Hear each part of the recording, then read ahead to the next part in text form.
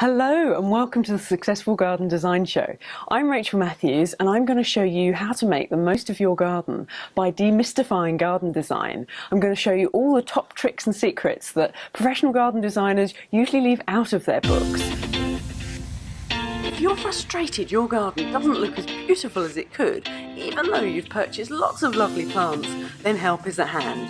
Plants are not enough. You have to have a good design layout. And when you combine design with the beauty of plants, that's when the magic really happens. It's our mission here at Successful Garden Design to show you how to do it, and it's much easier than you may think. I'm Rachel Mathews and I've been a professional international garden designer for over 25 years, and I teach garden design online. So now we're going to run through a garden that I've just finished for a client in California, and I'm going to explain what makes the design work. Now I'm going to test you at the end of this, so pay very close attention because there'll be a question at the end and there'll be prizes up for grabs. So let's get on with today's show.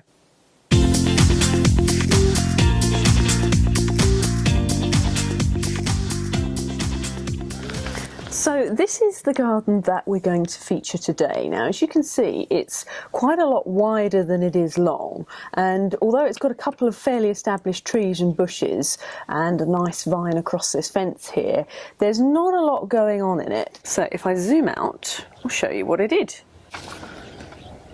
So it's tying design elements in that makes design work. You'll notice the path curves work with the curves of the lawn. So this brick path round to the gate and compost area back here, it all sort of works in nicely with the deck. The steps line up with this path, and we've got a focal point sculpture here at the end of these steps, and we've got a set of doors here. So as soon as you walk out on those doors and look down the garden, there's something that draws the eye, and again that just accentuates the length and gives a better feeling of space in the garden.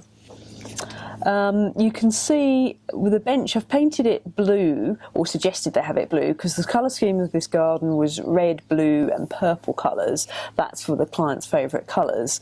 So that just by painting the bench blue, it's going to accentuate all of the colours that we've got around the garden. When things are in flower, it's just going to tie it all together. And also this makes a really nice focal point at the end of the garden.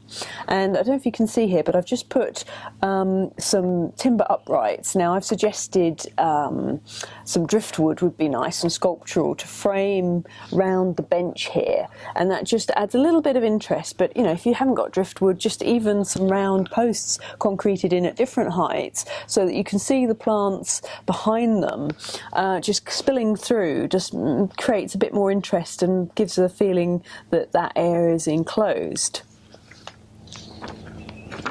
The other nice thing with this garden is the cooking area that we've got here, and a bench seat. Now if I zoom out, so you can see the perspective sketch a bit better. So as they're coming out the kitchen doors, they've got the deck at the same height now as the doors and windows here. So you can see at the moment they have this big drop down, which makes this space not very easy to use. So we've put the deck in so that it comes under this door here and this one, and we've carried it right the way along, and that then sort of makes this area much more usable straight from the house, and it's visually going to be a lot more pleasing. And then we'd have the pergola at the top here, just underneath the roof line of the house.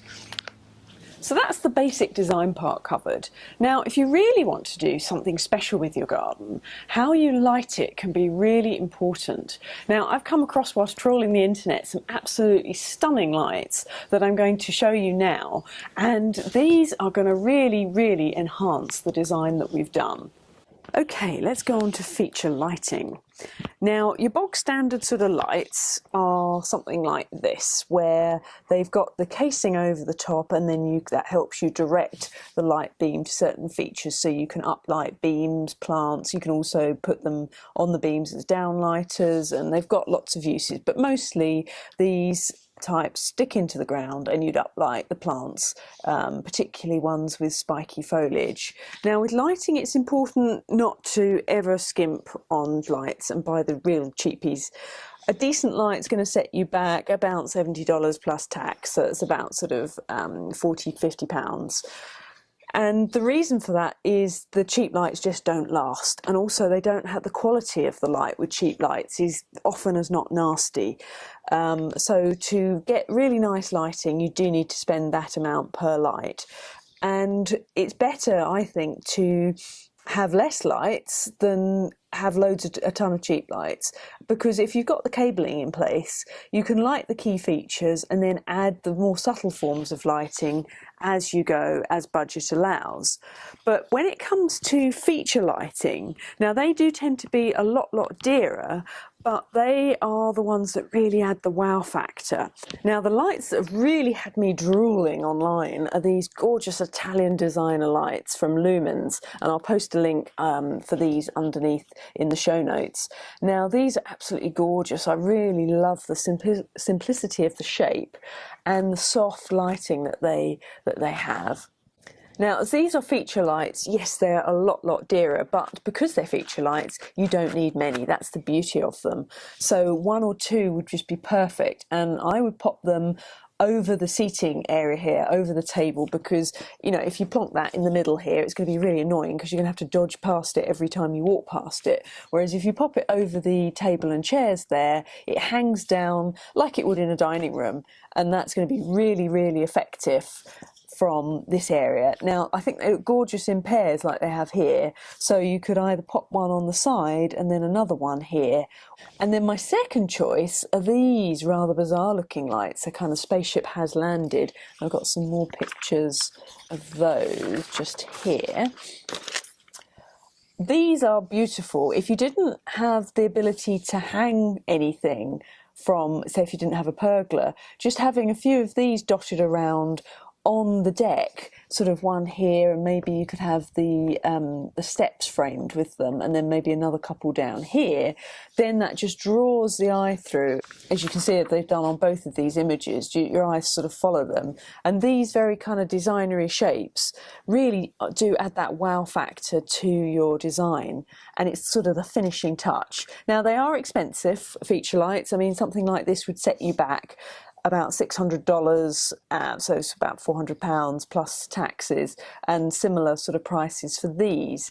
But if they're not in the budget, if you find something that you just absolutely love like this, you can then see that this is kind of the high-end designer version. It's then a matter of sort of shopping around and seeing if you can find something that's kind of more in budget. Now, what I love is the shape of this, but if you just wanted a pendant light and either you didn't have room for something quite as long as this one, or it just wasn't in budget, then they do have sort of a slightly cheaper version. It's got the shape, it's got that pendant shape, and if you have 1 or 2 over the table and chairs here, you'd have a similar-ish effect with that pendant light, and it would still be a really gorgeous feature. And you know, it's not as nice as these ones, but you can still have that pendant effect, and that's the important thing. And the thing is, the design doesn't need them. It works just fine without them. They're sort of that added luxury that you can add at a later date if you want. It, you know, the garden, the whole thing's not going to fall to bits if you don't have really fancy lighting. And in fact, if anything, you know, if you don't do the design first and you just go out and buy the really expensive lights and think, well, that will give my garden the wow factor, they actually won't. You'll be wasting your money. You've got to have the lights working in conjunction with a design of some description. So just buying lights isn't going to do it. Like these ones, they're following the line of this fancy path here. So, you know, they've got a reason for being. So it's better that you get the design shapes right. That's the really critical thing. So I'm going to put a link to these lights in the show notes. Now, please note that I do receive a small commission if you purchase through my link, and that helps cover the costs, the production costs of this show. I should also point out this particular company I haven't actually purchased from myself, so I have no experience with them on that front. They're just a website I go to all the time to drool at their gorgeous designer lights. Now, on to that question I have for you. Now, considering this is a show all about garden design, there was something that I barely touched upon when I went through that design. So I want you to tell me, what was it, and why didn't I focus particularly on something that's normally considered so important in a garden? Now, to enter, all you need to do is leave your answer in the comments section of the show notes page, which can be found at successfulgardendesign.com/show1. And if you'd like to learn more about how you can design your garden quickly and easily, then head on over to successfulgardendesign.com/free classes, and you can attend one of our online classes for either long gardens or wide, square and awkward shaped gardens. So that's successfulgardendesign.com/free classes. So until next time, take care and I'll see you soon.